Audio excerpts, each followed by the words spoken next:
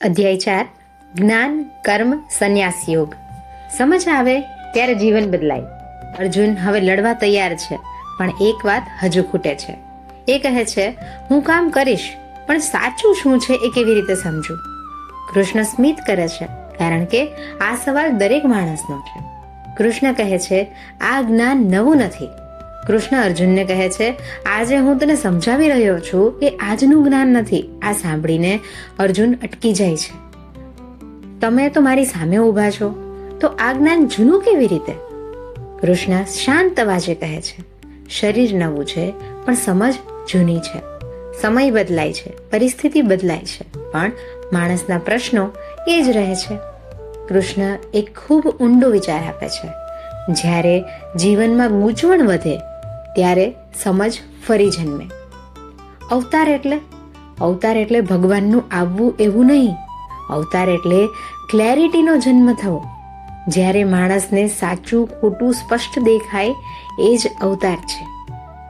અર્જુન પૂછે છે, તો પછી જ્ઞાન વધારે કે કર્મ? કૃષ્ણ તરત જ જવાબ આપે છે, જ્ઞાન વગરનું કર્મ અંધ છે અને કર્મ વગરનું જ્ઞાન અધૂરું છે. તમે બહુ મહેનત કરો, પણ સમજ ન આવે તો બર્નઆઉટ આવશે.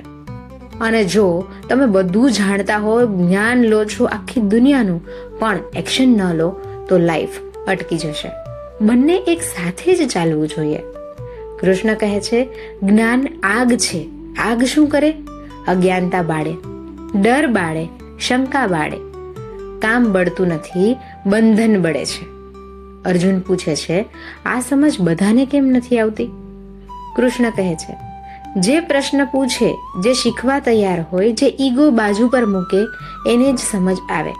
શ્રદ્ધા એટલે આંધળું કે થઈ અને બધું માનવું એ નથી. શ્રદ્ધા એટલે ઓપન માઇન્ડ. કૃષ્ણ અર્જુનને એક અજીબ વાત કહે છે, કામ કરતા કરતા પણ કામમાંથી મુક્ત થવાય. અર્જુન ચોંકે છે અને કૃષ્ણ એને સમજાવે છે, કામ કરો પણ હું ના ભાવ વગર.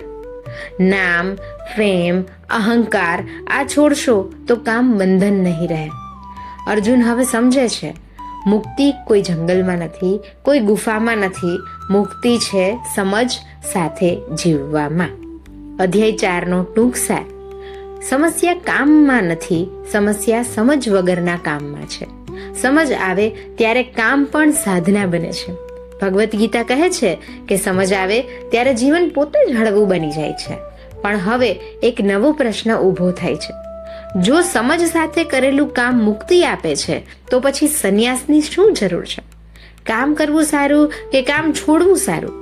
અર્જુન ફરી પૂછે છે, કૃષ્ણ કર્મયોગ સાચો કે સંન્યાસ? કૃષ્ણ સ્મિત કરે છે, કારણ કે આ પ્રશ્ન જ અધ્યાય 5 ની શરૂઆત છે. જ્યાં કૃષ્ણ સ્પષ્ટ કરશે, કામ છોડવું એ મોટું નથી, આસક્તિ છોડવી એ મોટી છે.